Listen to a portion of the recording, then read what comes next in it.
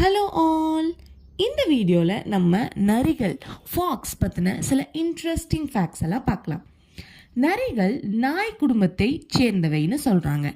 ஆனால் அவற்றின் பல அம்சங்கள் பூனைகளை போன்று இருக்குமா. உதாரணத்துக்கு சொல்லணும்னா நரிகளுக்கு செங்குத்து வடிவான கண்கள் இருக்குமா. அதாவது பூனைகளை போன்று கண்கள் நரிகளுக்கு இருக்கா. நெக்ஸ்ட்டு, நரிகள் மிகவும் புத்திசாலித்தனமான ஒரு விலங்கு. தன் சூழலுக்கு ஏற்ப அதை மாற்றிக்குமா நரிகள். எளிதில் வேட்டையாடும் முறையை மாற்றி வேட்டையாடுமா. நெக்ஸ்ட் நரிகள் தங்களின் பெரிய காதுகளை கொண்டு சிறிய உயிரினத்தின் அசைவுகளை கூட கண்டுபிடிச்சுக்குமா. சில வகை நரிகள் மண்ணிற்குள் இருக்கும் எலிகளை கூட அவற்றின் காந்த உணர்வு திறன் மூலமாக கண்டுபிடிச்சிருமா.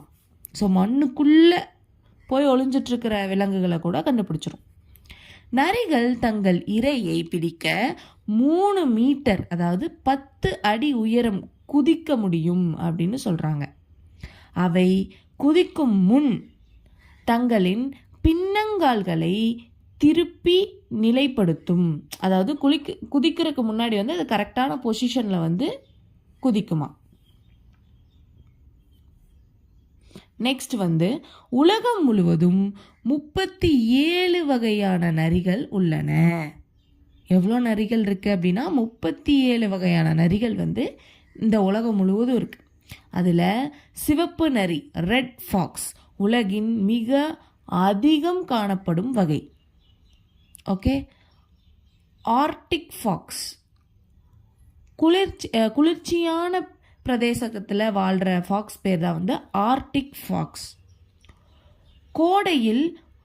கோடை காலத்தில் பழுப்பு நிறமாகவும் குளிர்காலத்தில் வெள்ளை நிறமாகவும் இது மாறிக்குமா. தன்னோட நிறத்தை மாற்றிக்குமா இந்த ஆர்டிக் ஃபாக்ஸ்.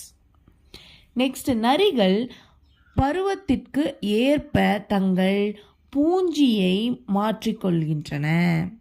குளிர்காலத்தில் அவற்றின் முடிகள் இருக்கு இல்லையா, அது அடர்த்தியாகி வெப்பத்தை பாதுகாக்கும்.